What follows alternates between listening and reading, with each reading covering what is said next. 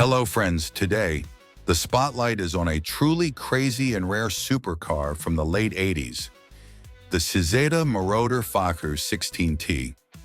This car is a symbol of an era when engineers and designers did not know the word compromise. In a royal blue body with powerful lines and a low profile, it looks like an art object on wheels. Want to see what a car with a V16 engine is capable of? Let's go. From the front, the SCIZETA greets you with a flat hood, 4 pop-up headlights, and a wide air intake grille. The aerodynamics are worked out to the smallest detail. Every line of the body creates a streamlined and aggressive image. At the back, there are iconic dual lights under dark glass, a 4-barrel exhaust, and a massive spoiler. The body sits very low, emphasizing the status of a real hypercar of the 80s. The car's profile is instantly recognizable. A long, wedge-shaped silhouette, giant side air intakes, and unique multi-spoke wheels. The doors open upwards in the best traditions of supercars. The interior is a real-time capsule.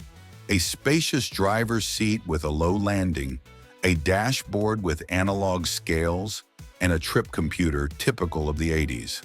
High-quality leather, metal elements, and exclusive details create an atmosphere of Italian exoticism. The main feature of the SCIZETA Maroder 16T is its engine, a transversely mounted 16-cylinder unit with a volume of 6.0 liters. 4-cylinder heads, 2 crankshafts, and a power of 560 horsepower. Acceleration to 100 kilometers per hour is 4.0 seconds. The maximum speed is about 330 kilometers per hour. On the road, the SCIZETA Maroder V16T impresses even after decades.